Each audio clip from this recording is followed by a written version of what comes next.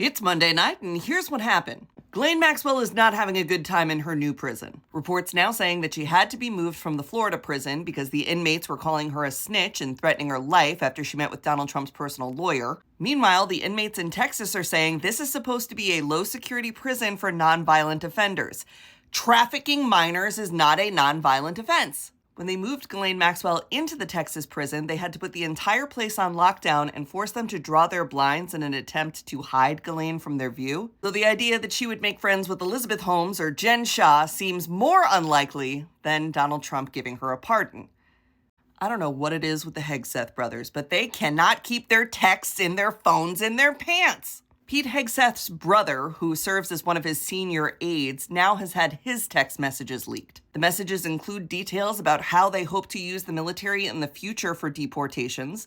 He acknowledges that the way they used the Marines in LA didn't quite go as well as they had hoped, but he thinks we should try again, this time establishing an official military mission called the Homeland Defense Mission, where they would be able to deploy active duty military members to help with ICE arrests and deportations. This new mission would mean that the Trump administration would reclassify all undocumented people as terrorists, enemies of the state.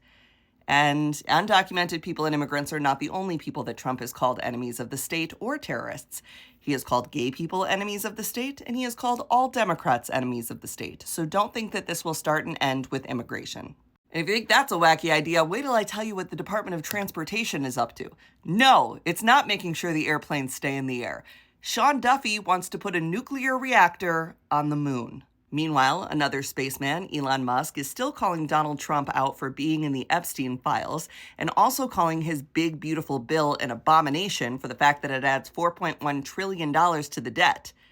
Well, he was doing that.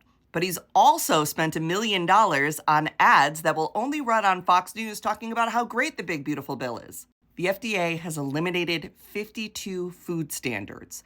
Now, up front, it's mostly affecting canned fruits and vegetables. There used to be a rule saying if you said this is a fruit jam, then it had to be at least 55% fruit. That doesn't apply anymore.